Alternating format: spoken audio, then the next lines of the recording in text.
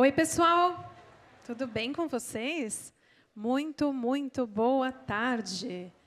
Espero que vocês estejam bem. Quem está aqui com a gente presencialmente, quem está com a gente online. Meu nome é Natália Cuminali, eu sou jornalista especializada em saúde, também sou fundadora do Futuro da Saúde. É um prazer enorme estar aqui com vocês, a convite da Roche, para moderar uma discussão que é uma das grandes tendências que a gente tem acompanhado na saúde, a descentralização do cuidado. A gente vai ter aqui a oportunidade, pela próxima uma hora e meia, de discutir profundamente o que a gente fala quando a gente fala de descentralização de cuidado. Eu acho que vale um pouco dessa reflexão aqui. Quando a gente... Vocês sabem o que é descentralização do cuidado? Acho que essa é uma pergunta importante. Alguém sabe? Levanta a mão. Eu não vou fazer aqui questionário o que é, mas a gente vai definir aqui o que é descentralização do cuidado, principalmente o que significa levar o cuidado para mais perto das pessoas. Só que, para levar o cuidado para mais perto das pessoas, a gente precisa rediscutir o sistema de saúde em várias frentes, em vários aspectos. E é o que a gente vai fazer aqui. Eu imagino que todos vocês acompanharam a abertura do TJCC, esse evento que é tão importante para o setor da saúde. E, dentro dessa abertura, a Caterine, que é a CEO da Abrale, trouxe uma fala muito importante. Olha, aqui a gente está discutindo sobre os desafios do SUS. E a gente vê esses desafios, não é de hoje. A gente vê esse desafio de muito tempo, desde quando o SUS foi fundado, e o desafio continua. E isso é um fato. É óbvio que o desafio, todos os desafios, não só o desafio de acesso, estão presentes no SUS já há bastante tempo. Mas o que a gente vai propor aqui, nesse próximo debate, é discutir o que a gente tem visto de mudança, e de tendência, e de provocação da gente não só se acostumar com os desafios que estão postos no SUS, mas o que a gente pode fazer para mudar essa realidade. É a inovação que está chegando para as pessoas de outras formas. E como que vai chegar para as pessoas de outras formas? Como que o sistema vai se reorganizar? O que vai acontecer com o paciente quando a gente fala sobre outras formas de acesso à inovação?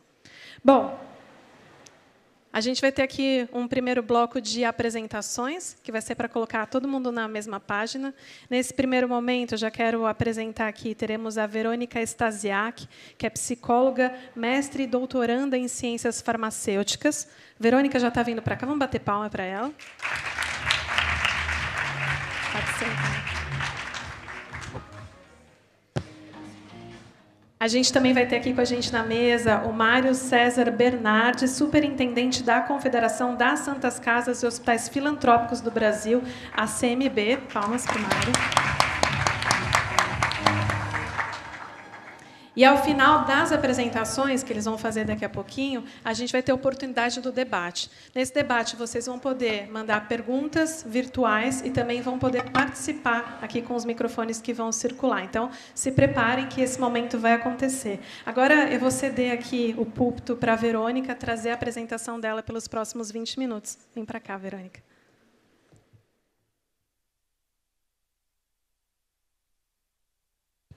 Que sala cheia, bonita, muito bem. Sejam todos bem-vindos. Perdão pela voz, mas está dando para me ouvir direitinho? Então, muito bem. Eu venho de uma cidade que é meio indecisa, se é calor, se é frio, e aí isso, né? Curitiba, para quem conhece, sabe do que eu estou falando. Quem riu já sentiu isso na pele.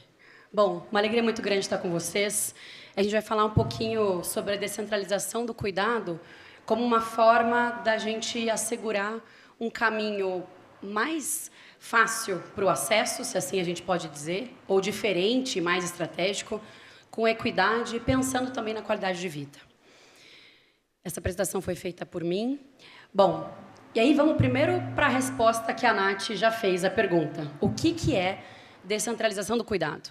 Mas antes, eu vou lembrar com vocês de um conceito que certamente muitos já ouviram, que é a descentralização no SUS. Então, o que a gente fala quando a gente fala de descentralização no SUS? É um princípio organizativo, então aqui a gente está falando de organização, estrutura, financiamento, definido lá pela nossa Constituição. Aqui a gente está falando de transferência de responsabilidade, tanto administrativa quanto financeira. A gente está falando ali da transferência entre União, Estados e municípios. Então, a descentralização no SUS, ela vai definir o quê? Quem planeja, quem financia, quem executa. Não é, por exemplo, a gente falar de compra centralizada, que é um outro processo, que é um processo, inclusive, efetivamente, de compra de um medicamento. Se vai ser pactuado um A, um B, muita gente já ouviu isso. Se vai ser comprado pelo Ministério, distribuído pelo Ministério, a gente também não está falando disso aqui. Então, quando a gente fala de descentralização no SUS, a gente está falando desta definição, mas com foco em gestão, em governança e em financiamento. Agora, quando a gente fala de cuidado descentralizado, ou descentralização do cuidado, ou cuidado compartilhado, aqui a gente vai adotar o termo cuidado descentralizado, a gente está falando do quê? Da oferta do serviço de saúde no nível menos complexo possível e mais perto do paciente. E aí, vou fazer uma primeira reflexão com vocês. Quando a gente convive com uma doença grave, uma doença crônica, uma doença rara, qualquer doença que depende de um atendimento, ou mesmo quando a gente vive no Brasil e tem direito assegurado ao tratamento de saúde, a gente não escolhe o que a gente vai ter de saúde. Certamente, os nossos comportamentos e hábitos vão influenciar muito na nossa condição de saúde. Mas a gente não escolhe isso. Então, ao mesmo tempo, esse grande sistema de saúde tem que prover o atendimento para nós. E a reflexão aqui não é apenas pautar na questão de que tem que ser sempre muito bom só para o paciente. Claro, tem que ser bom para todos nós.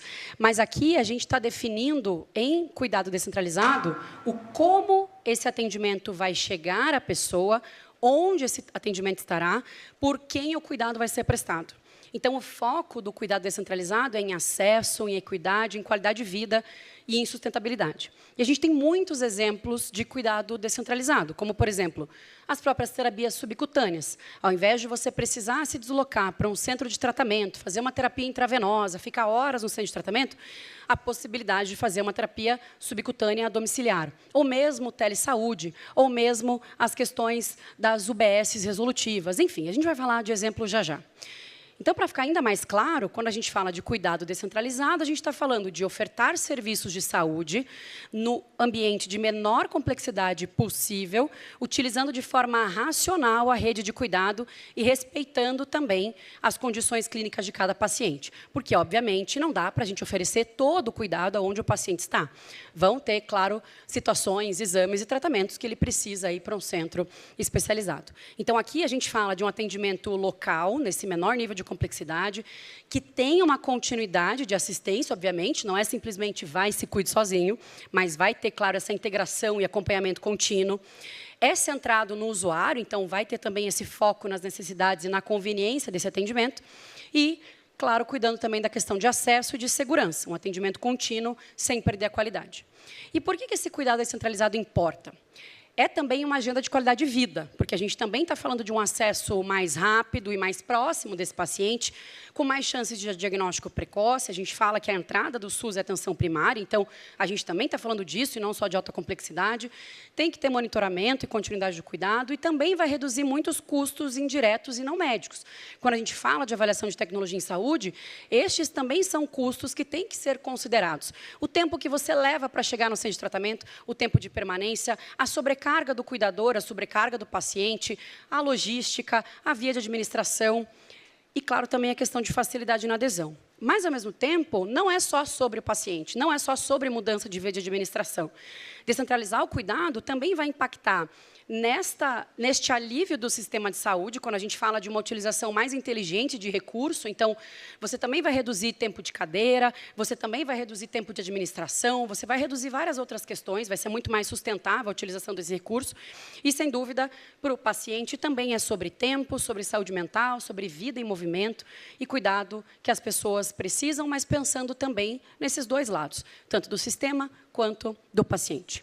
Quando a gente olha para o SUS, que está completando 35 anos, ele certamente, todos nós sabemos, e o amamos e trabalhamos por ele, é o maior sistema público universal do mundo. Então, a gente não tem nada como o nosso SUS. Difícil eu estar falando isso também na presença do Dr. Nelson Tait.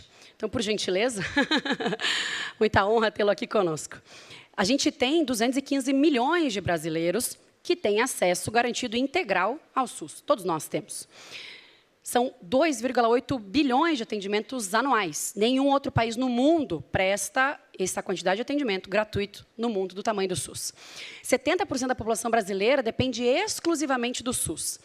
E 34% dos municípios brasileiros não têm setor privado. E aí, quando a gente fala de descentralização do cuidado, embora a gente também esteja falando sobre o SUS, a gente não está falando só sobre o SUS. A gente está falando também da saúde suplementar, mas a gente está falando do cuidado de modo geral, para todas as pessoas que usam sistemas de saúde. E esses desafios que a gente enxerga, tanto no nosso SUS, pelo tamanho gigantesco que ele tem, o tamanho de serviço que ele tem, como eu acabei de mostrar, isso também não é um desafio só do Brasil, embora nós tenhamos o maior sistema de saúde público do mundo. Tem vários fatores que colocam em risco a sustentabilidade dos sistemas de saúde. E a própria OMS destacou essa necessidade de modelos mais resolutivos para garantir equidade nesse atendimento. Então, a gente olha para o envelhecimento populacional e para a doença crônica, que vai impactar ali no aumento significativo de cuidado, de atendimento, e que a gente precisa, então, pensar em modelos de cuidado contínuo, mais estratégicos, que usem melhor os recursos. Esses desafios, como a Nath pontuou, que foi dito pela manhã, já existem há muito tempo. Mas hoje a gente tem muitas outras alternativas que podem ajudar a melhorar esse atendimento e, inclusive, desafogar o próprio sistema e o cuidado, respeitando, claro, todas as variáveis. Então, a gente tem uma mudança demográfica global, que impacta também essa demanda por cuidado. A gente tem, certamente, uma pressão sobre custos, pensando em sustentabilidade dos sistemas, e desigualdade regional.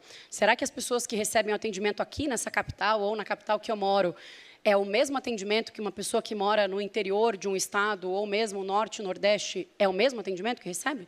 Como diria uma frase muito célebre do mundo da oncologia, pelo Oncoguia, se não me falha a memória, o meu SUS não é como o seu SUS. Então, não é, a gente não tem isso. E a própria descentralização do cuidado também pode ajudar nessa desigualdade regional. Lembrando que é o quê? Assegurar que o atendimento aconteça no ambiente de menor complexidade, mais perto do paciente. Então, como que ele pode nos ajudar? Essa descentralização é um caminho, então, estratégico da gente repensar formas de prestar o cuidado para proporcionar benefícios tanto para o paciente, que vai receber no lugar mais próximo, dentro, obviamente, daquelas necessidades daquele momento, quanto para o sistema de saúde como um todo. Para o paciente, a gente vai ter diagnóstico precoce, quando a gente fala de desigualdade regional, se a gente consegue chegar mais perto dele, ou através de outras alternativas, a gente consegue fazer com que ele saiba mais rápido o que se tem. Continuidade de tratamento, maior adesão ao tratamento. Imagine você precisar ficar acompanhando um tratamento, por exemplo, semanal, ou a cada 2 dias, ou mesmo mensal, precisa se deslocar por 200, 300, 400 quilômetros, não tem onde dormir, não tem onde ficar, a família vai precisar perder o dia de trabalho, essa pessoa pode, inclusive, perder o emprego, porque, obviamente, muitas faltas, como justificar. Então, a gente está falando também de tempo, de qualidade de vida, de menos estresse e menos deslocamento. Ah, mas a gente está falando de volta da qualidade de vida do paciente. Mas não é só isso. Para o sistema, a gente está falando de um uso mais eficiente do recurso. Eu vou trazer para vocês já alguns exemplos bem práticos para ficar mais fácil da gente entender, mas a gente também está falando daquelas pessoas que talvez não precisem estar lá e possam ser atendidas por alguma outra alternativa, por exemplo, a telemedicina, quando é algo não de urgência e emergência, ou mesmo o acompanhamento. A gente tem muitos mecanismos hoje para captar dado de mundo real, os próprios relógios, aplicativos, enfim. Naturalmente, isso impõe vários desafios, a gente também vai falar disso. A gente tem uma redução da superlotação hospitalar, redução de custo indireto, ou seja, todo aquele custo que vai ter de impacto em produtividade relacionado à questão daquele tratamento, daquela condição de saúde, os custos diretos não médicos e os custos diretos médicos, quando a gente fala de modelo de avaliação econômica, pensando em ATS, e até aqueles custos que a gente chama de intangíveis, que são muito mais difíceis de contabilizar, como o próprio nome já diz, mas que são custos, sim, relacionados àquela condição de saúde. O peso daquela família, aquela carga que vai recair sempre sobre a figura feminina na maioria das vezes, aquela mãe que vai perder o trabalho, ou mesmo o próprio sistema de saúde, o tempo de cadeira e tudo mais. Então, a gente também fala de menor sobrecarga familiar, mas também em ganhos em sustentabilidade. Ok, falamos de várias situações aqui do nosso sistema de saúde, mas o que estão fazendo no mundo já para tentar ajudar? Lembrando que esses desafios não são só do Brasil. Tem um estudo que foi publicado pela própria Roche, em parceria com o Futuro da Saúde, recentemente, foi lançado num evento em Brasília, que é sobre descentralização do cuidado, e estudou 4 países para falar o que esses países já estão fazendo. Então, o Reino Unido essa pesquisa, inclusive, está disponível publicamente, já está pública, né, para todo mundo fazer a leitura. No Reino Unido, em 2022, comparado a 2019, eles reduziram 21% de internação eletiva e 9% de internação emergencial. E aqui, claro, eles não estão fazendo apenas deixa de internar, mas eles estabeleceram sistemas e métodos de análise e atendimento desses pacientes que conseguiram fazer com que essas pessoas fossem atendidas de formas diferentes e conseguiram, inclusive, reduzir em 800 mil internações hospitalares. Às vezes, até clínicas clínicas de infusão, enfim. Em Singapura, tem um programa, o MIC at Home, então o tratamento domiciliar, economizou 7 mil dias de internação, com aumento de 40% em teleconsultas em 2022. E um outro programa que eles têm lá também, atendeu 2 mil pacientes oncológicos em casa ou em clínicas comunitárias. Nos Países Baixos, o programa Better at Home economizou 2 milhões ao ano, ampliando em 20% o acesso em áreas remotas. Lembra da questão da geografia, da dificuldade, então a gente consegue também aumentar um pouco desse atendimento. E na Bélgica, tem um piloto também que reduziu a reinternação e o deslocamento de pacientes, pensando ali na moradia rural. Beleza, Verônica, tu me trouxe um monte de exemplo maravilhoso, de um monte de país tem um monte de recurso, está todo mundo me olhando com uma cara assim, bacana, como é que a gente aplica isso no nosso país? Então, vamos ver o que está acontecendo de legal no Brasil. E aí, a ideia é um pouco pensar na prática. Eu acho que quando a gente fala de conceitos novos ou de revisão de muitas coisas que já estão postas há muito tempo, é natural a gente ter uma dificuldade de pensar fora da caixa, como se diz, e de pensar naquilo que é mais próximo da gente. É natural a gente sempre pensar em grandes políticas, depender de grandes mudanças estruturais, mas a ideia dos exemplos agora é mostrar o que o Brasil já tem feito de descentralização do cuidado de uma forma fácil, simples, e, claro, outros exemplos mais complexos, além daqueles que o próprio doutor vai trazer para a gente na sequência. O primeiro exemplo que eu quero trazer para vocês é um pouco no contexto de doença rara e doença crônica. Quando a gente fala de doença rara, mas a oncologia se aplica muito nesse contexto também, a gente está falando de cursos dessa doença, geralmente crônicos. Então, essa pessoa não vai ter um começo, meio e fim muito rápido dessa doença, e tem pessoas que nem cura têm para a doença.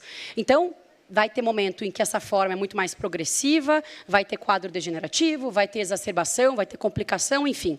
E, claro, que muitas podem resultar em incapacidade. O que a descentralização ajuda essas pessoas? E aí também muito no contexto da oncologia. Pode contribuir pelo alívio da sobrecarga do paciente e de toda a família.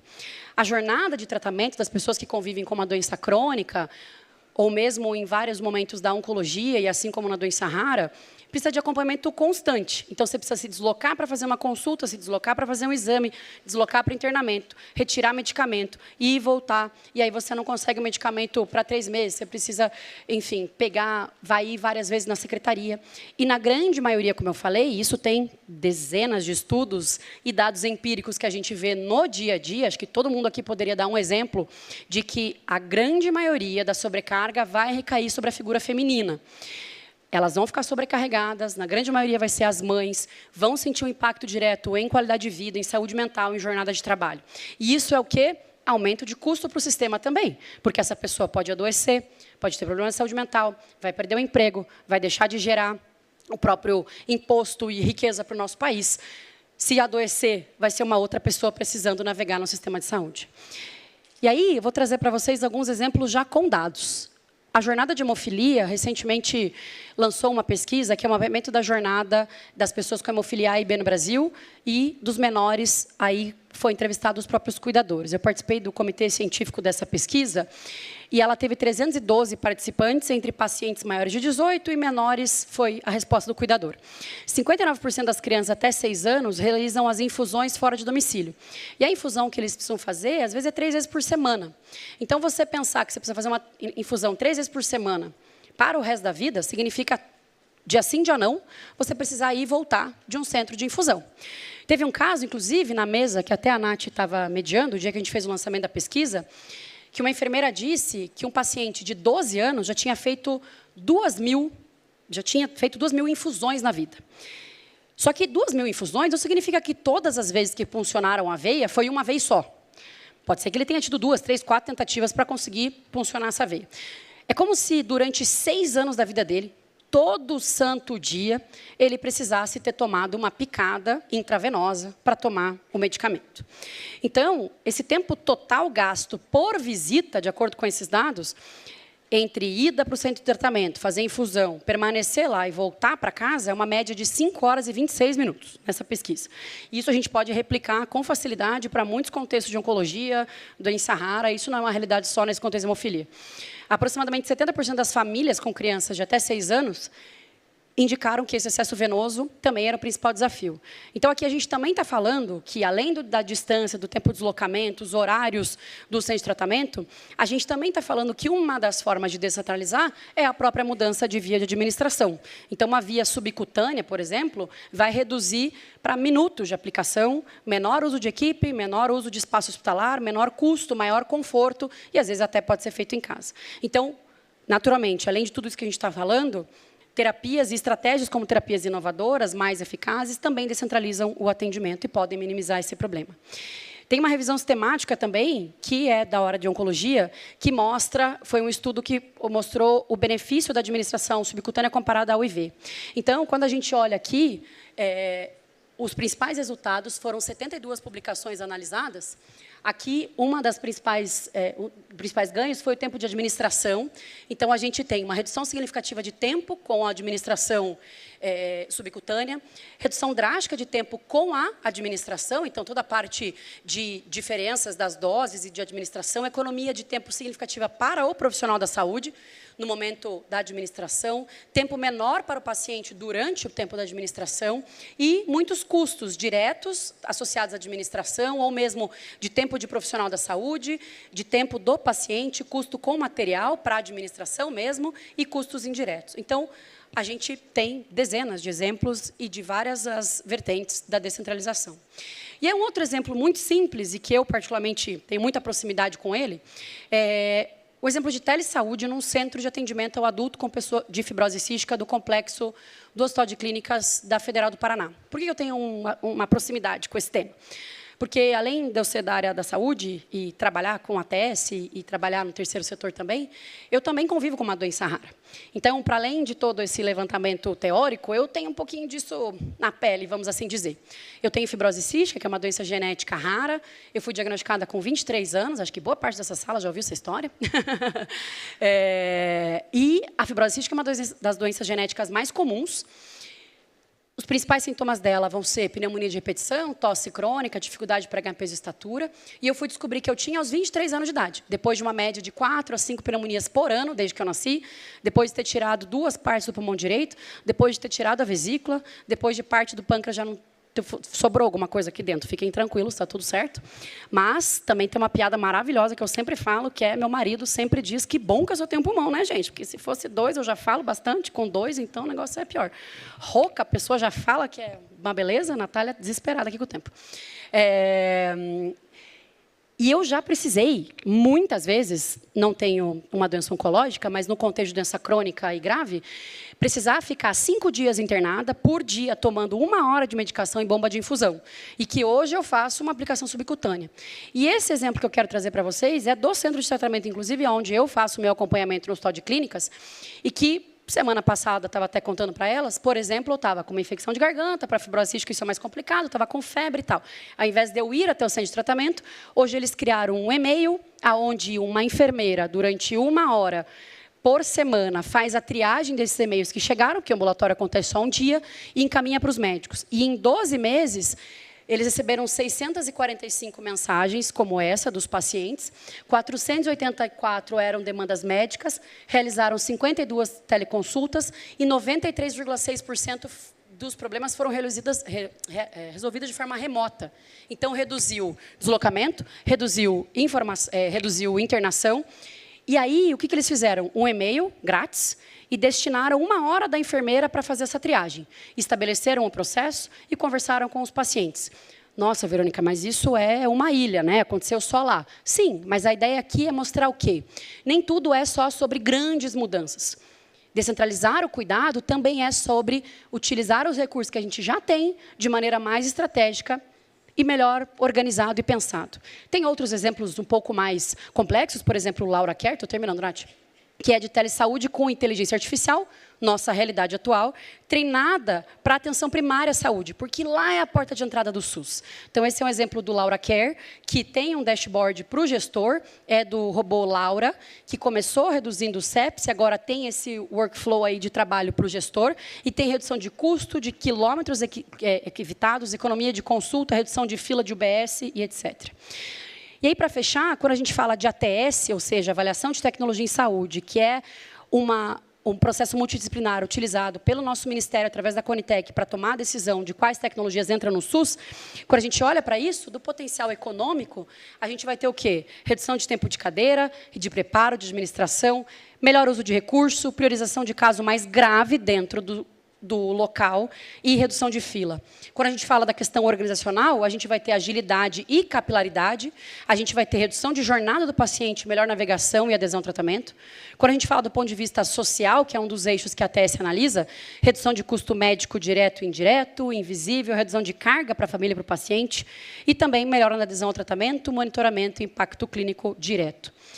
A descentralização, portanto, quando bem planejada, vai contribuir pela melhor adesão, pela redução de custos e de desperdícios, pensando, então, no sistema mais sustentável para o SUS e para o paciente. E por onde a gente começa, ou por onde a gente segue, considerando que cada um aqui já deve ter formas de repensar o seu cuidado descentralizado, isso não é perder o controle, primeiro de tudo, é compartilhar o cuidado de forma inteligente, sustentável e humana, é reorganizar o que a gente já tem com inteligência, com equidade, com foco em quem precisa, inclusive o sistema de saúde. O paciente, por sua vez, tem que ser um agente ativo, porque o nível de educação em saúde vai precisar aumentar, porque ele vai precisar saber como renavegar nesse sistema, e as associações de pacientes são super importantes nisso, nessa educação em saúde, para que eles possam participar, ter melhor autocuidado e também a própria educação em saúde. A gente já tem tecnologia, a gente já tem experiência boa, já tem soluções inovadoras muito bem-sucedidas. Obviamente, a gente tem muito desafio. Barreira cultural, barreira da própria integração de dados, literacia tecnológica, como é que essa pessoa vai aprender a manejar tudo isso, legislativa, financeira, mas, certamente, esses desafios todos exigem coragem e criatividade. Reconhecer e valorar esse impacto da descentralização do cuidado para o sistema de saúde como um todo e para o paciente e seus familiares é uma necessidade do sistema e uma forma inteligente da gente utilizar estrategicamente os nossos recursos. Então, isso tudo não é só sobre mudança de via de administração, não é só sobre qualidade de vida para o paciente, mas é sobre recurso humano, recurso financeiro e um dos recursos mais importantes que a gente tem e que não volta, o tempo. Muito obrigada e fico à disposição.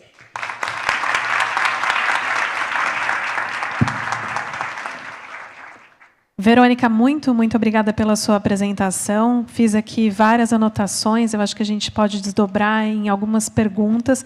Eu sei que, às vezes, o tempo parece curto para tanta coisa que você tinha para trazer para a gente, mas eu acho que você conseguiu já aterrissar um pouco do que a gente está falando quando fala de cuidado descentralizado, com exemplos práticos. Para mim, ficou muito claro, né? A gente não está falando só de via de administração, a gente está falando, sim, de qualidade de vida, mas não só, está falando de acesso, de equidade, de sustentabilidade e de alívio da carga do sistema de saúde, que eu acho que é um dos temas que a gente vai tratar, inclusive, agora. E aí eu queria passar, então, a palavra ao Mário para trazer para a gente um pouco da visão do gestor, pensando sobre as oportunidades e os desafios do cuidado descentralizado. Está com você o púlpito, Mário. Obrigada.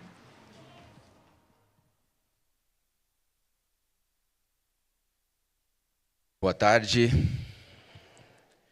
Primeiro, quero agradecer a Roche pela oportunidade da Confederação das Santas Casas estar aqui compartilhando um pouco da sua agenda, dos seus desafios e das suas dificuldades, representando aí os hospitais filantrópicos e as Santas Casas de todo o Brasil.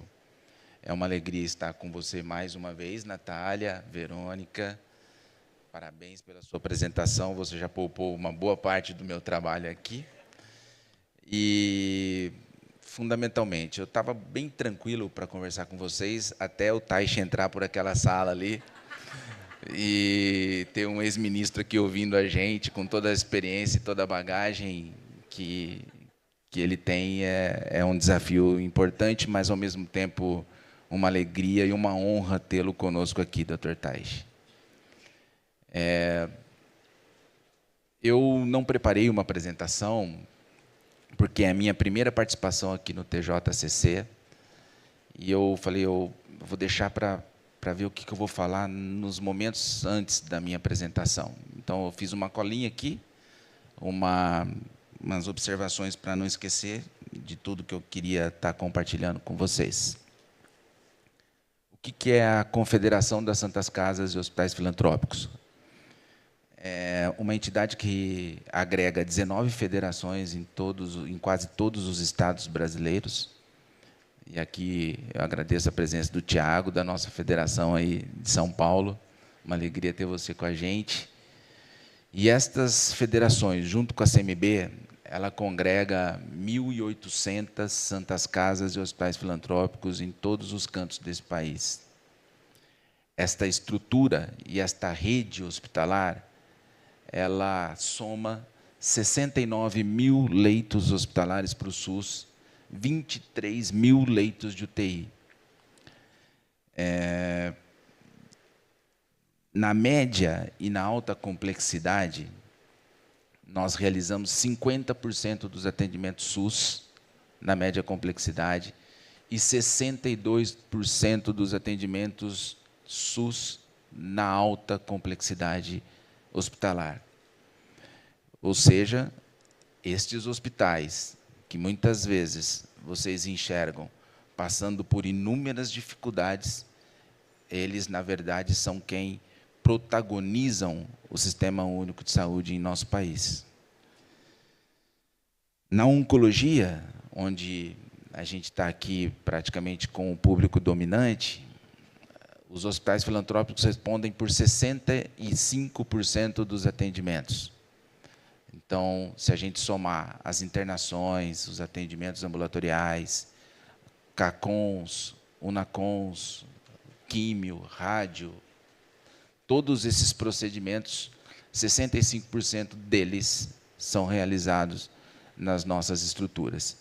E assim outros, 70% de transplante, 60% dos partos, e assim por diante, mostram a grandeza desse setor. Mas eu queria, antes de entrar especificamente nos exemplos práticos da agenda da CMB, no descentralizar do cuidado, convidar vocês a uma reflexão sobre a demografia do país. 97% dos municípios brasileiros têm, no máximo, 200 mil habitantes. 79% até 30 mil habitantes. Ou seja, não é fácil fazer saúde no Brasil.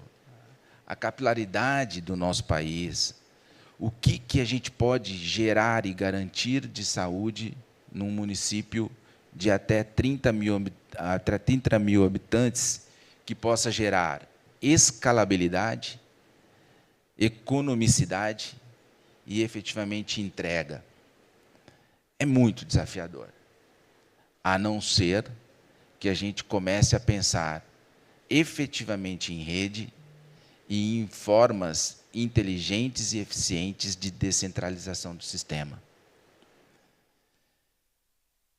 Desses municípios brasileiros, em 800 deles, as nossas santas casas ou hospitais filantrópicos são a única estrutura de saúde existente.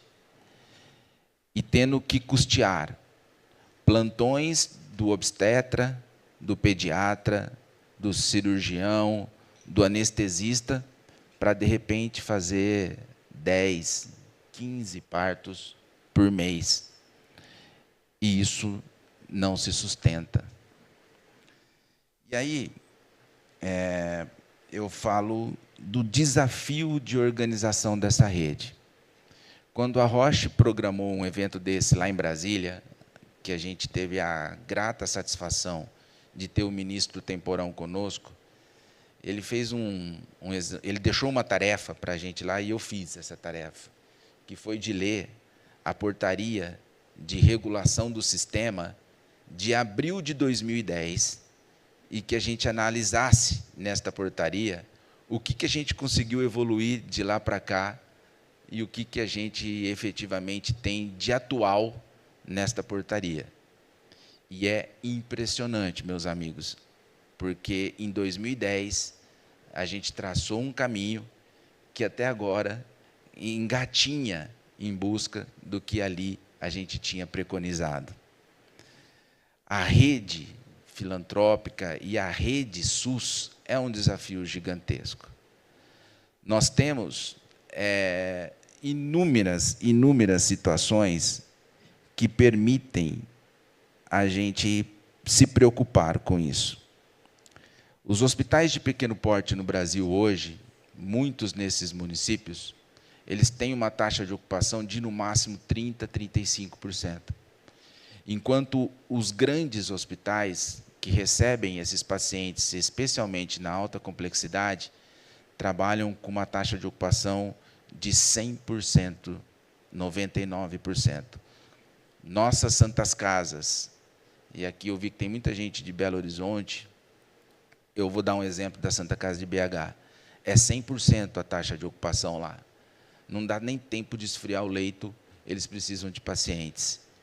E aí a gente tem, Agora Tem Especialistas, que é um programa do Ministério, nos provocando a aumentar o volume de atendimento para a redução das filas, e muitos dos nossos hospitais, eles estão impedidos de participar porque não tem mais estrutura hospitalar a oferecer para poder responder ao Ministério e à política de redução de filas que a gente também tanto almeja. E aí, vamos para uma outra análise. A carga da assistência sobre os sistemas hospitalares. Vocês já pararam para refletir quantos médicos nós temos no Brasil hoje? Beira aos 600 mil médicos em nosso país. Em torno de 40 mil médicos se formam anualmente em nossas escolas. Imagina, senhores, 600 mil médicos solicitando os exames laboratoriais, exames de imagem, tomografia, ressonância magnética, porque no exterior, pedir uma ressonância magnética é caso extremo. No Brasil, uma porta de urgência e emergência tensionada, como são a maioria das nossas portas de urgência e emergência, muitas vezes o médico, se não solicitar uma tomografia, uma ressonância, ele apanha do paciente. Então, alguma coisa precisa acontecer. Não tem como a gente imaginar que a estrutura hospitalar ela vai suportar a carga de atendimento da nossa população crescente, do envelhecimento, de todas as situações que a gente vivencia de uma população que se adoece cada vez mais. E a descentralização do cuidar, no nosso modo de ver, talvez seja a resposta a todos esses desafios de uma maneira muito, muito eficiente. O financiamento, que é o que nos desafia de uma maneira extremamente. A saúde ainda não é uma prioridade nos orçamentos e nas discussões orçamentárias. A gente está vivendo, e vocês podem acompanhar, a partir de agora, o Ministério, o governo entregou a sua proposta de lei orçamentária, e nós vamos acompanhar o nosso parlamento discutindo isso para 2026. E, principalmente, tendo 2026 como um ano eleitoral, as chances do orçamento do Ministério receber uma série de penduricalhos e de situações que vão dividir os recursos que a gente tanto precisa para a saúde é muito grande. E, às vezes, a gente acha que tem muito dinheiro mas a gente tem despesas que são colocadas ali que acabam dificultando esse recurso chegar no cuidado da média e alta complexidade. A gente viu agora de manhã, na mesa principal, né, Taish, as pessoas questionando os recursos de emendas parlamentares. E com recursos de emendas parlamentares a gente vê muitos equipamentos de tomografia, de raio-x, mamógrafos em caixa, porque receber uma tecnologia dessa com um recurso de emenda parlamentar não é tão difícil. É uma dedicação, é um trabalho a ser feito. Agora, custear o profissional médico para laudar todos esses exames, aí é conta de receita, menos despesa e ter que entregar um resultado. Não tem emenda parlamentar para isso. E aí, eu quero trazer para vocês, dentro de todo esse aspecto do descentralizar, o que a gente ali na Confederação vem tentando construir. E eu vou dar apenas 2 grandes exemplos. O envelhecimento da população. A gente foi a Portugal para entender e conhecer como que eles cuidam da população idosa daquele país, porque ali a gente tem uma população significativa idosa. E as Santas Casas ali, elas têm uma característica diferente. As Santas Casas, o berço das nossas Santas Casas é Portugal, e a gente foi lá entender. Eles não fazem a alta complexidade, eles fazem uma média e baixa complexidade, por isso o cuidado ao idoso é por excelência. E a gente ficou tão apaixonado com o contexto e com o sistema lá, que a gente montou um projeto e levou esse projeto à discussão, tanto no Ministério da Saúde como no Ministério do Desenvolvimento Social. E a gente entendeu que o esforço da máquina pública em nos ajudar a viabilizar um projeto desse, junto com o CONAS, com o CONASEMES, etc., levou a gente a entender que a gente precisaria começar alguma coisa para, depois dele acontecendo, a gente voltar a discutir como política pública. Porque, senão, o que a gente começasse, a gente iria começar com um dos problemas maiores que a gente já tem hoje na assistência hospitalar, que é o subfinanciamento. Então, a gente vai construindo uma proposta de estimular e incentivar os nossos hospitais a pegar uma estrutura ociosa que ele tenha e fazer disso um cuidado aos idosos. Ninguém mais do que as nossas instituições tem no seu DNA a paixão e a necessidade, o conhecimento e a oportunidade de cuidar dos idosos desse nosso país.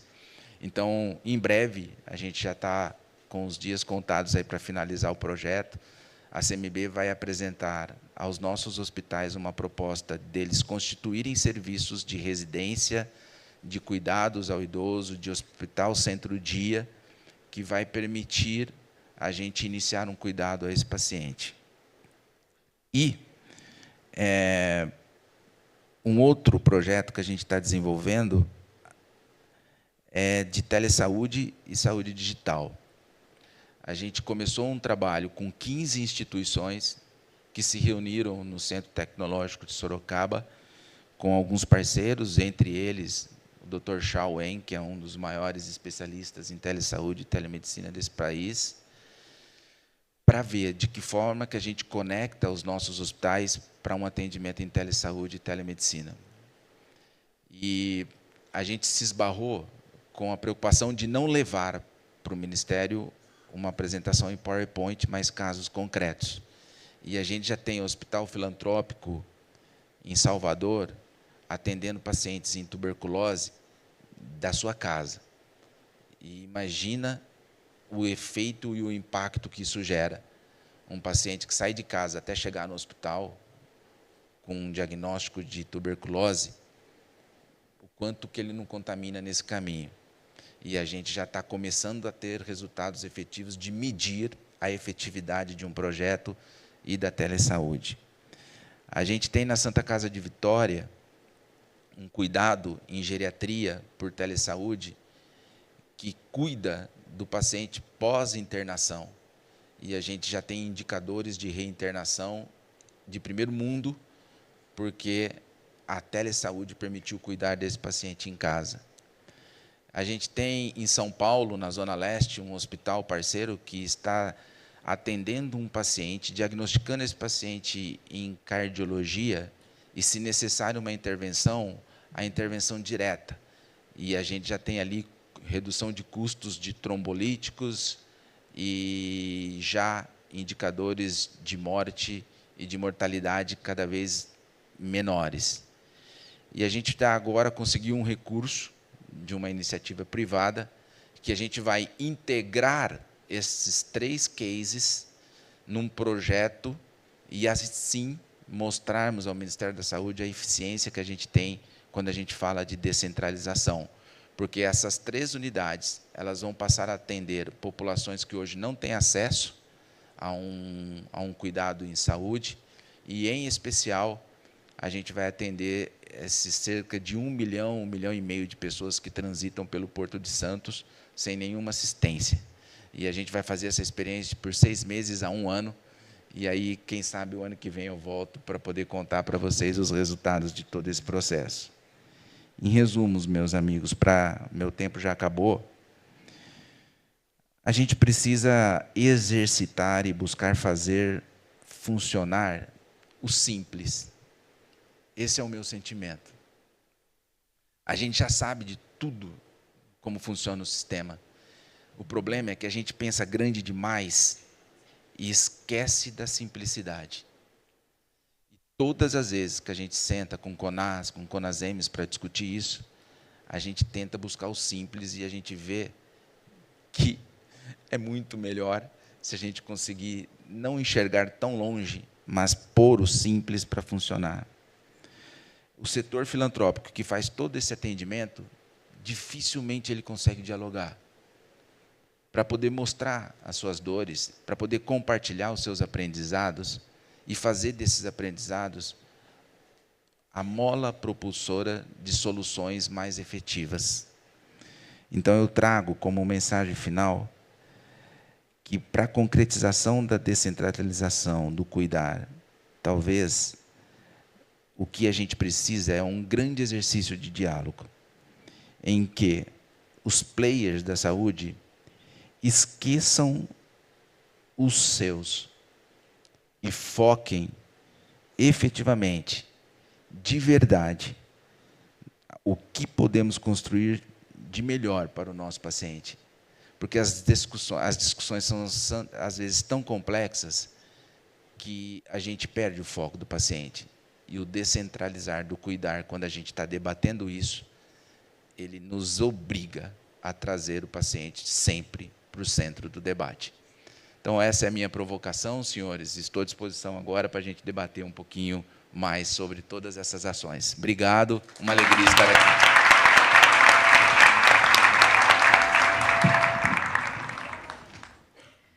Excelente a apresentação. Muito obrigada, Mário, por compartilhar as suas reflexões com a gente. Queria só dar um aviso antes da gente começar o debate, que vocês que estão aqui, que quiserem participar, vão poder enviar perguntas. Imagino que um QR Code vai aparecer aqui na tela, aqui, neste momento. Então, vocês já podem aproveitar e escanear. É um grande QR Code, convenhamos, mas acho que é bom para ninguém perder de vista. Opa! Não façam perguntas tão grandes quanto esse QR Code. A gente tem que dar tempo de endereçar no painel. E depois a gente também vai ter oportunidade que vocês façam as perguntas pelos microfones. Ah, diminuiu. Boa. Obrigada, gente. Vamos começar já o nosso debate. Mário, acho que eu queria começar pela sua provocação final.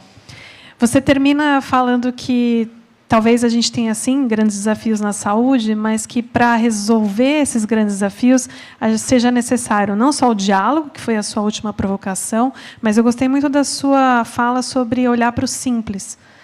Em que momentos em que a gente consegue descobrir quais são essas simplicidades a ser resolvidas.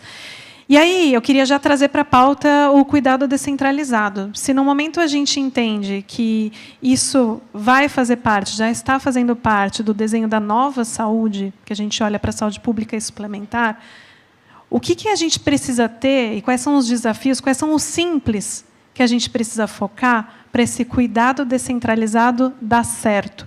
Ou seja, quais são os principais, talvez, receios, quando a gente olha para os prestadores e fala, tá, vamos fazer aqui o cuidado descentralizado. O que a gente não tem?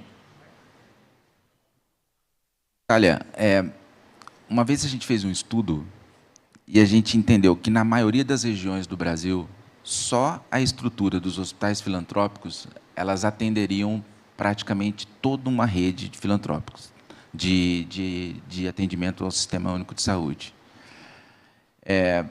Se a gente consegue, e aí é o que eu chamo do simples,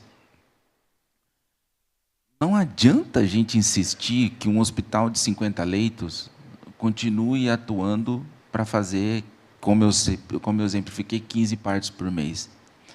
E se a gente consegue, regionalmente, definir um propósito para esta instituição, para que ele segure o paciente básico ali, e que a gente garanta para esse hospital, porque muitas das vezes que eu discuti isso, eu falei, por que hospital? Você não faz só isso aqui, que é o que está no teu alcance financeiro, orçamentário? Porque eu não tenho garantia de que, se eu precisar transferir esse paciente, eu vou conseguir transferir. E aí, vira uma rede ineficiente, embora os papéis podem ser definidos de uma maneira muito clara e eficiente. Então, e a gente já discute isso há quanto tempo, né? Talvez, se a gente pega essa grande rede, essa grande massa de hospitais de pequeno porte, e defina para ele um critério de financiamento global, independente do que eles produzam, eles possam, de repente, encontrar o seu propósito e o seu papel diante de todo o sistema. E aí, se a gente consegue... Uma vez eu fiz uma pesquisa. O que bate às nossas portas de urgência e emergência que efetivamente é urgente e é emergente? É mínimo.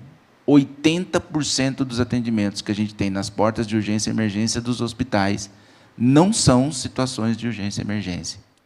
Será que, se a gente não tem um hospital de pequeno porte, um hospital de médio porte e um hospital de grande porte, com suas estruturas dedicadas para aquilo que efetivamente eles podem entregar, já não seria um processo de efetividade e de resolutividade gigante no sistema?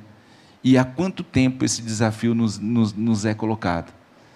Então, quando eu digo que o simples é a gente tentar construir para aquelas instituições o papel que a gente sempre falou que eles têm que ter, e não a gente buscar outras maneiras aí de inventar a roda e tira a gente do objetivo principal que está há tantos anos nos desafiando.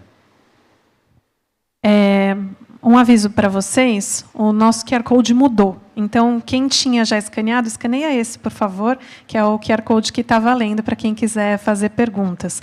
Só checando com o pessoal da House, o meu cronômetro está certo, né? Tá bom, então a gente vai correr no nosso debate aqui. Vero, eu queria te perguntar o seguinte...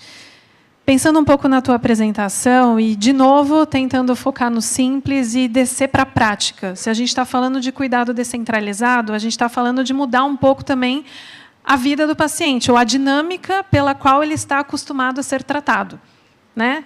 A gente, como paciente, muitas vezes pensa em ter um médico mais próximo, acha que está sendo assistido se tem alguém ali perto da gente. Como que isso muda, né? Qual que vai ser o papel do paciente ativo, que foi o termo que você usou na tua apresentação? Obrigada, Nath, e parabéns pela tua apresentação. Foi excelente também enxergar um pouco disso do ponto de vista da Santa Casa. Acho que é a realidade de muita gente que está aqui. Foi muito bom te ouvir. Bom, acho que muda bastante coisa, né? Mas muda muita coisa para melhor também.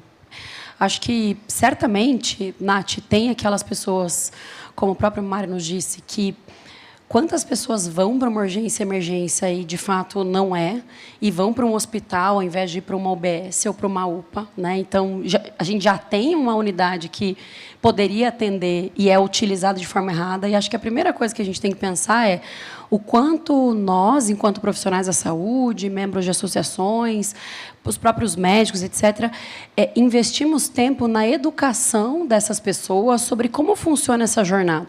Que porta é para cada coisa? Né? Talvez as pessoas... Tem muita gente que não sabe o que é o UBS, o que é a UPA, o que é o hospital que está perto, o que é o mais complexo, e acaba batendo ali no pronto-socorro por coisas que não precisaria. Acho que, além dessa questão de educação e saúde, pensando naqueles pacientes que vão ser impactados direto pela descentralização, no sentido de, ou a própria telemedicina, como ele comentou, o exemplo mesmo que eu trouxe, aquele que eu mesma tenho vivido, uma das principais questões aqui é o nível de educação em saúde dessa pessoa. A gente sabe que os níveis de alfabetização sanitária, ou seja, você conseguir receber uma informação sobre a sua saúde, você conseguir processar e compreender essa informação e você conseguir tomar as melhores decisões sobre a sua saúde, é o que também vai impactar nessa mudança de dinâmica do paciente. Porque imagine se a gente não tiver esses níveis de educação em saúde muito bem estabelecidos com essas pessoas, esse paciente vai para casa com cuidado domiciliar, ou mesmo vai precisar fazer uma consulta ali online.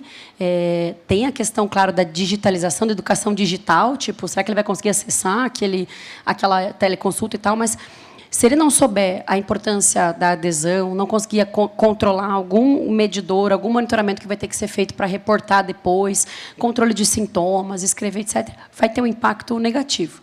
Então, acho que muito também começa pela informação, tanto sobre que portas bater para cada problema, acho que isso é um papel de todo mundo que trabalha no sistema de saúde, mas desse paciente também no entendimento para se tornar efetivamente essa pessoa mais protagonista do seu cuidado. Acho que ele sai do papel de esperar que alguém cuide dele, para ele entender também que o cuidado depende dos seus próprios comportamentos e atitudes e protagonismo. Obrigada, Vero. Uma pergunta, Mário, dando seguimento um pouco em talvez quebrar as principais barreiras quando a gente fala de mudança de mentalidade, né? Eu que cubro o setor há bastante tempo, escuto muito o fato da gente estar, sim, de fato, num setor fragmentado, tem desafios de sustentabilidade e tem que se discutir, se rediscutir como se esse modelo está posto. Ao mesmo tempo, quando a gente fala de rediscussão de modelo, há um grande debate sobre o que eu perco com isso. E aí, talvez, as pessoas queiram perder cada vez menos, e aí, por isso que a gente não chega, de fato, a uma solução, a algo que todo mundo concorde. Pensando do ponto de vista, e aí pensando nas santas casas, e, de novo, trazendo o cuidado descentralizado para a pauta, se a gente avançasse para um modelo nesse sentido, qual seria, por exemplo, os receios ou o papel das Santas Casas no sentido de, será que eu perco o meu paciente? Será que eu perco o controle desse processo? Que tipo de barreiras, talvez, a gente teria que repensar e como que daria para reorganizar o sistema para que ninguém perdesse? Eu não... Acho que a principal característica que a gente tem dos hospitais filantrópicos é de que não existe razão nenhuma para a gente concorrer entre eles. Para a gente, o que mais importa é o paciente bem cuidado e, talvez, a hora que a gente devolve ele para a atenção primária, saber que ali ele vai continuar tendo o seu cuidado, né? Então, existem desafios enormes que a gente precisa vencer, mas eu não enxergo que perder alguma coisa esteja na frente de preocupações dos nossos hospitais. Os que não conseguem ter uma taxa de ocupação e uma entrega efetiva é porque o sistema não conversa com a realidade dele. E os que, de alguma forma, estão sufocados, é porque também o sistema está falhando em algum momento. E se eles pudessem diminuir um pouco essa pressão para poder melhorar e atuar cada vez mais na qualidade, na resolutividade, talvez a gente teria uma saúde de nível ainda mais elevado. Então, eu não vejo concorrência, eu não vejo preocupação de perdas. A pauta nossa poxa, eu não tenho condições de investir e nem políticas que me estimulem a ter uma estrutura de computação para, de repente, eu conseguir acessar o paciente sem precisar trazê-lo até a minha porta, né? E esse inverter é extremamente necessário. Não é o paciente que tem que ir ao hospital. Quanto mais o hospital puder ir ao paciente, melhor as chances, e eu tenho certeza que isso é economicidade, isso é sustentabilidade, isso é a melhoria do sistema como um todo. Então, eu não tenho um computador, e não é só computador, porque o hospital que passa a fazer um atendimento, por exemplo, de telesaúde, telemedicina, não é simplesmente pôr um computador, ligar e colocar o médico na frente dele. É uma mudança de cultura, é uma mudança de envolvimento de toda uma estrutura hospitalar para poder fazer, e um cuidado desse paciente não apenas na saúde, mas no social, no biopsicossocial dele, né? Então, eu não vejo perdas, eu vejo, na verdade, e essa é a missão da Confederação, é sempre unir e integrar os hospitais, todos os players que vivenciam o Sistema Único de Saúde, para convencê-los de que esse setor merece um cuidado, um olhar em termos de sustentabilidade. Obrigada. Verônica, conectando um pouco com a resposta do Mário agora, né? Você trouxe na tua apresentação, do ponto de vista de ATS, quando a gente fala de cuidado descentralizado, são várias frentes que são impactadas, né? Então, fala de qualidade de vida, fala de alívio de sobrecarga de sistema, que é um pouco do que o Mário está falando, dos serviços que estão, às vezes, no máximo da sua ocupação. Você tira a ocupação do leito, você melhora a qualidade de vida do paciente, ele tem ali uma estrutura melhor para conseguir trabalhar, e aí você também não sobrecarrega, muitas vezes, a mãe, que, dependendo do tipo da condição, é quem leva. Então, enfim, tudo isso está mais do que claro dentro da tua apresentação. Uma pergunta prática isso é visto na prática? Estou me chamando ali, Nath, eu já volto. Bom, acho que eu sempre tento partir do princípio qual é o meu papel dentro de algum desafio, né? E, nesse aspecto, o nosso papel é mostrar. E, depois, claro, lutar para que seja visto, né? Então, eu posso muito mais dizer do ponto de vista daquilo que pode ser endereçado e deve ser endereçado do ponto de vista de ATS, e também contar um pouco do como a Conitec, pegando nesse aspecto, tem observado. Então, quando a gente fala de ser visto, a forma que a gente pode demonstrar custo indireto não médico, né? Então, tudo aquilo que você precisou gastar para que esse tratamento acontecesse, fosse o táxi, o ônibus, comprar um dispositivo diferente, ou aquele custo intangível que é justamente a questão emocional, de qualidade de vida, ou, dentro do custo indireto, a perda de produtividade, a falta na escola, a falta no trabalho. Tudo isso é dado, tudo isso é número, tudo isso também é dinheiro, né? E, quando a gente pensa no preço de um medicamento, pensando do ponto de vista de ATS, o medicamento tem um preço para você comprar ele, preço mesmo, valor do medicamento. Mas, para tomar uma decisão de incorporação no sistema de saúde, a intenção de uma avaliação dentro do processo de ATS é não olhar somente o preço, e olhar todas as outras variáveis envolvidas. Então, para este medicamento, que custa X, chegar na mão de quem precisa, vai precisar de qual logística para chegar? Precisa de um caminhão refrigerado? Precisa de uma geladeira gigantesca na farmácia? Então, isso é espaço. Precisa de um armazenamento muito grande? Essa família vai ter essa mesma quantidade de geladeira para armazenar essa mesma quantidade de medicamento em casa? Tudo isso é custo. Custo médio, custo direto médio, custo direto não médico, custo indireto e custo intangível, que é aquele que é mais difícil da gente computar, ou seja, a emoção, a tristeza, a falta de esperança e tudo mais. Como que isso tem sido visto hoje? Eu, enfim, tenho estudado muito isso, né, nos últimos anos. A Conitec tem melhorado muito, muito. Acho que a participação social, para quem acompanha, evoluiu demais nos últimos anos. Então, tanto a forma de analisar o que chega, por exemplo, em consulta pública, as metodologias de análise qualitativa, a forma que isso tem sido analisado pelos técnicos, tanto do DGITS quanto do NATS, e a forma que tem sido apresentado aos membros dos respectivos comitês. Para mim, e fechando a tua pergunta, ainda resta um grande espaço, claro, em todas as etapas de evolução sempre, mas a gente ainda precisa aperfeiçoar uma uniformidade, talvez metodológica e até de percepção do como quem recebe este dado analisa e, de fato, valora e considera esses dados na tomada de decisão. Então, os membros do comitê, de forma geral, quando recebem isso, também deixam claro, até nas próprias reflexões de reunião, a gente tem observado isso, e o meu doutorado tem sido justamente conversar com esses membros do Comitê de Medicamento para entender como que tem sido valorado, como que tem sido incorporado na decisão. E aí a gente entra numa coisa mais subjetiva, mas que, de fato, no processo metodológico tem espaço para que isso seja considerado no modelo econômico, considerado no debate, considerado no momento de avaliação daquela tecnologia, momento para ser enviado via consulta pública, momento para ser analisado, isso existe.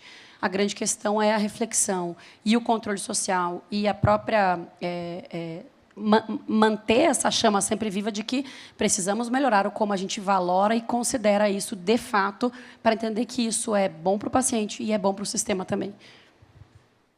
Obrigada. Eu vou começar aqui a fazer as perguntas, porque eu estou recebendo muitas perguntas e o ideal é que vocês também tenham a oportunidade aqui de participar. A Thalita pergunta o seguinte, eu acho que o Mário consegue me ajudar com essa. Qual que é a importância da implantação da navegação oncológica já na atenção primária para fortalecer a descentralização do cuidado e a integração da rede, favorecendo a coordenação do cuidado? É um pouco daquilo que a gente conversou sobre onde que fica o paciente, né? Na atenção primária, na atenção secundária, na atenção terciária. Eu vejo a navegação como a estrutura prevista agora em legislação que vai permitir a gente efetivamente acompanhar e devolver esses pacientes da forma como ele precisa ser devolvido, né? Então, muitas vezes, a gente... Eu vou dar um exemplo do que eu vivi administrando um hospital no interior de São Paulo. Não foi especificamente na oncologia, mas diz respeito à hemodiálise. A atenção primária, ela encaminhava um paciente com insuficiência renal ou com um possível diagnóstico de insuficiência renal para um ambulatório que atendia com uma fila de espera de 80, 90 dias, etc. Quando a gente amplia numa política de extrema negociação com o sistema, o acesso e cria um ambulatório médico de especialidades no município, ampliando consideravelmente o acesso, a gente tem um paciente atendido, com diagnóstico concluído, porém o hospital não foi cuidado na política para poder depois colocar esse paciente em diálise. E assim, eu imagino que seja na oncologia, quando a gente fala de quimioterapia, de radioterapia e etc. Então,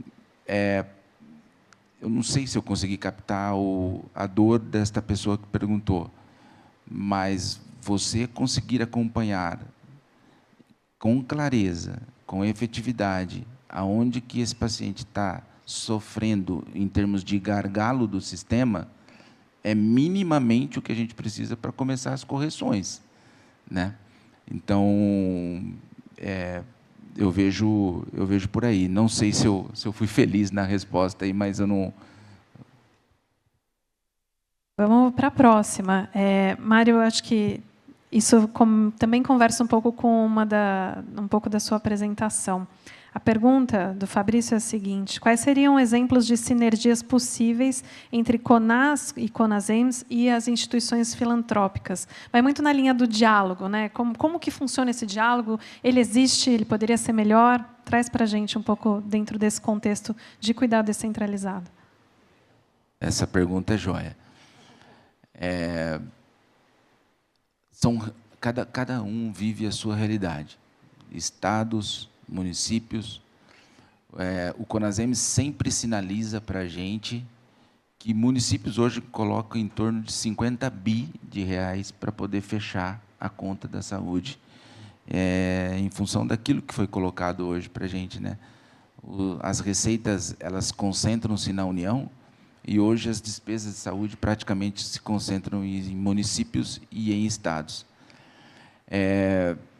Então, muitas vezes, as nossas agendas, elas acabam se conflitando, porque, na verdade, o que se precisa e o que se busca de todos é financiamento. Mas também existem, sim, inúmeras agendas que a gente pode estar construindo em conjunto.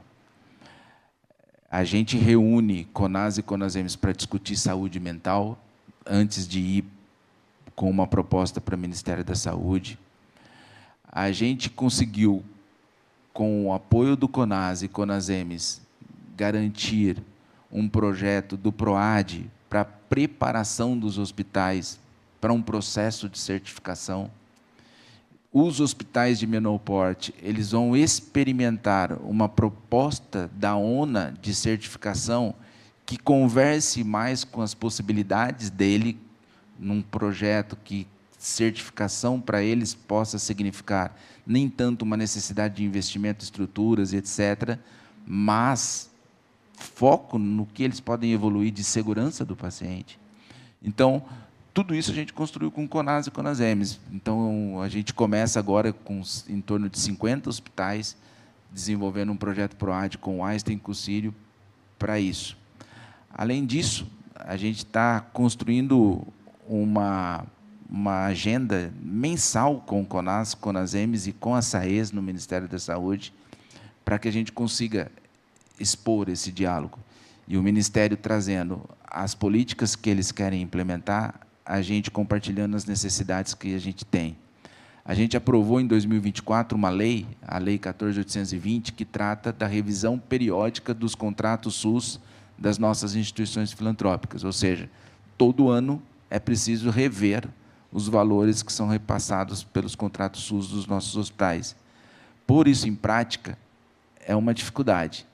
O diálogo com CONAS e CONASEMS permite a gente compreender que é importante para o setor, que é importante para esses hospitais, a gente aportar algum recurso anual.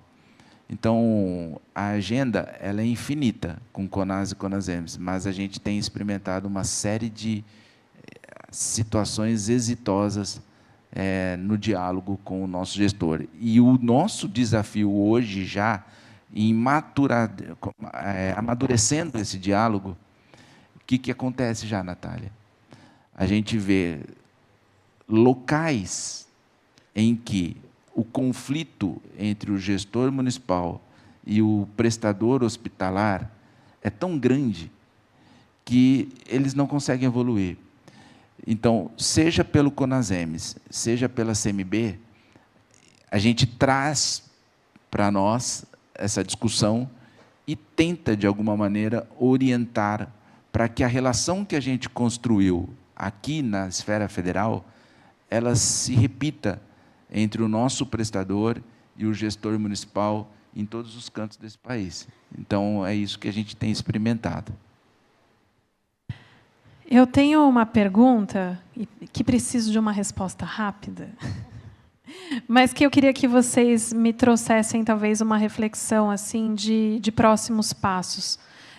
A gente está num momento em que os estudos clínicos, e se a gente acompanha um pouco as tendências da indústria farmacêutica, a gente tem visto cada vez mais o investimento e a chegada de soluções que chegam de um jeito diferente, como vinham no passado. Então, elas são orais, elas são subcutâneas, elas são para chegar para o paciente de um jeito que seja mais eficiente, que traga menos custos para o sistema.